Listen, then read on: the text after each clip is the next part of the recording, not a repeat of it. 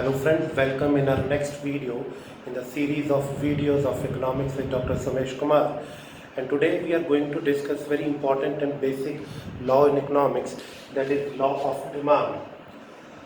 Friends, what we have discussed in our last video, what are the various factors affecting demand. So this is what we have done, that demand of X commodity is a function of price of X commodity, price of related commodity, income, fashion, taste, weather, future expectations, and finance facilities available. So there may be some more factors affecting demand. And when we talk about law of demand, what we do here, we study relationship only between demand of X commodity and its price, keeping all other factors as constant. So all the factors affecting demand, we assume that they are constant, and we study the relationship between price of X commodity and demand of X commodity. So what is law of demand? Law of demand states that other things remaining the same, when price of a commodity comes down, its demand goes up and vice versa. Means when price goes up, demand comes down. I am repeating that law of demand states other things remaining the same, when price of a commodity comes down, its demand goes up and vice versa. What is important here is the first word, that is other things remaining the same, means all other factors other than price affecting demand of any commodity we keep as constant. And if we don't keep those factors constant, law of demand will not be applicable. So if you don't write other things remaining the same, law of demand will not be correct. So it is important in law of demand that we keep other factors as constant and we study relationship only between price of the commodity and its demand.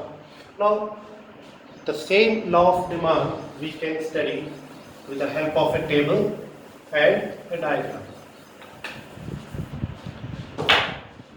Here we take price of X good, and here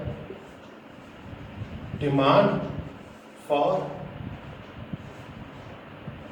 good X. So in our example, price comes down like this: 5, 4, 3, 2 and 1. What would be its effect on the level of demand of commodity X? You can write it as well, Px and Dx. When price is ₹5, demand is less, maybe 1. Suppose it is in kilograms. When price comes down, demand goes up. When price falls further, demand increases, 3, 4 and 5. So this relationship shows that there is negative or inverse relationship between price of good X and demand of good X, keeping all other factors affecting demand as constant. So similar thing we can show with the help of a diagram. This is our Y-O-X, OY and OX axis. We take quantity here, and OY axis we take price. And when we plot Px and Dx here, demand curve will be like this. This is DD is our demand curve that shows negative relationship between price of a commodity and its demand. Now, what are the features of law of demand? The first feature is that there is inverse relationship in both the variables price and demand. Other things remaining the same, when price goes up, demand comes down, and when price comes down, demand goes up. So there is an inverse relationship. The second feature is no proportionate relationship. It means suppose price is coming down 5%, it doesn't mean that demand will go up 5%.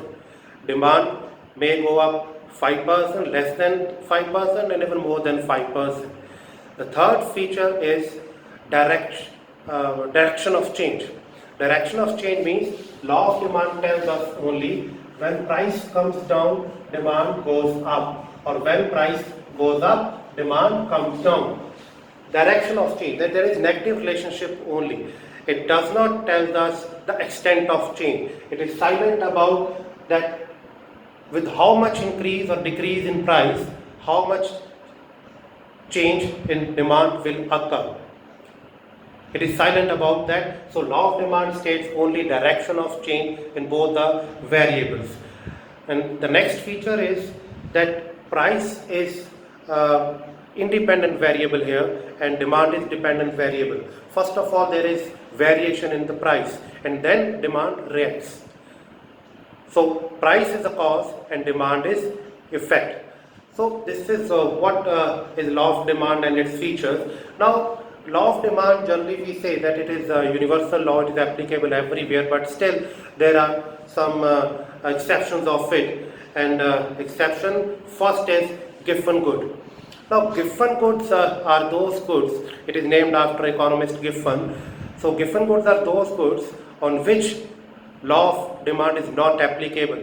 They are those inferior goods on which law of demand is not applicable. We can say that they are inferior. Suppose when their price goes up, their demand also goes up, and when price comes down, their demand also comes down. So in case of exceptions, or in case of Giffen good, the demand curve is positively sloping like this, D.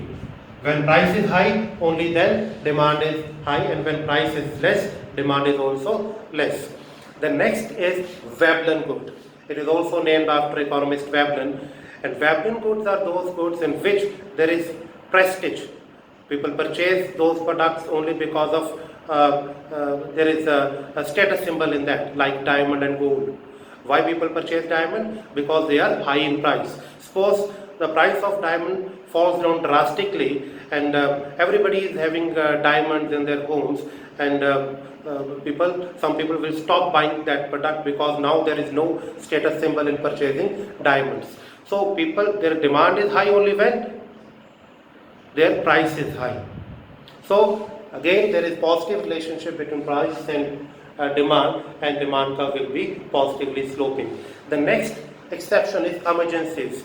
Emergencies, suppose there is war-like conditions, there is drought, when people expect that in future there will be shortage of commodities and they will start purchasing commodities at present even when prices are more. So law of demand is not applicable in emergencies. And next is necessary commodities.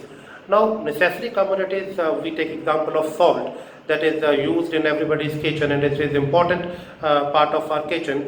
When price of salt goes up, it doesn't mean that we will reduce the demand for salt because it is necessary commodity. In this case, the demand curve will be parallel to OY axis.